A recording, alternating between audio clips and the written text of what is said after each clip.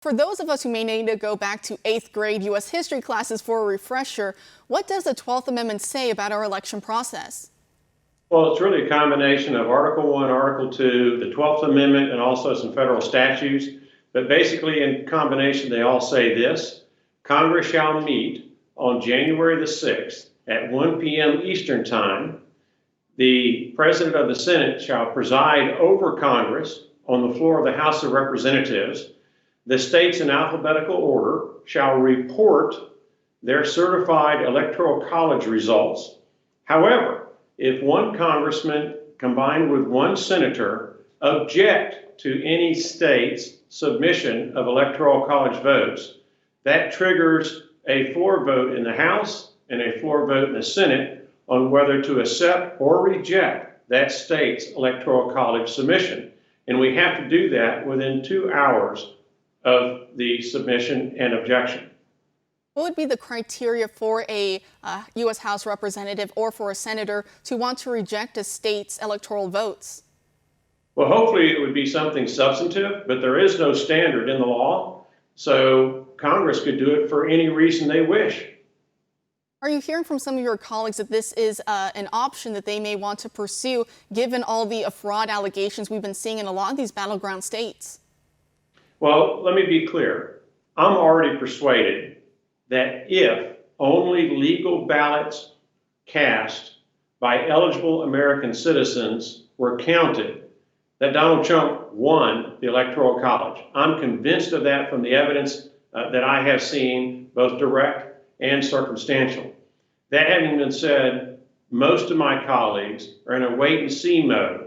They want to better digest the evidence. Perhaps they want to see more evidence, and time will tell whether they reach the same conclusion that I have. I am personally willing to, as a member of the House of Representatives, I am personally willing to provide the objection that is required on the House side. We just need one senator on the Senate side that is also willing to reject the Electoral College returns of these states that have very poorly managed election systems. And if this election does go to Congress, for example, what would that exactly look like? Would representatives, would they cast by state? Would they cast for themselves? How would that look like? Well, that's a very good question. The law is unclear in that regard. If no candidate were to get a majority of the votes in the Electoral College, then the Constitution is clear. In the House of Representatives, we vote by states. However, in the Senate, which would elect the vice president, the House electing the president, in the Senate, they vote as individual senators.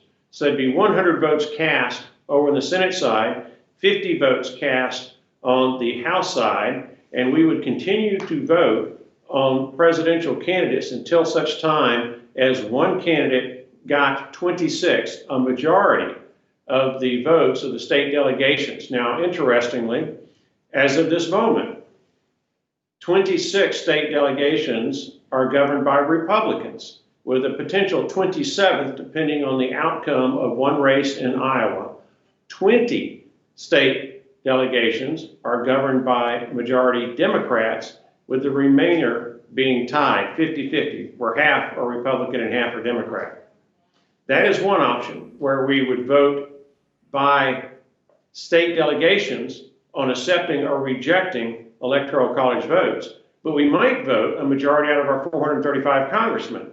Someone would have to make that decision at some point in time. Of course, to the extent I have influence on that issue, I'll be voting that it ought to be done by the state delegations, just as the Constitution quite clearly says it shall be done if the House is electing the next President of the United States.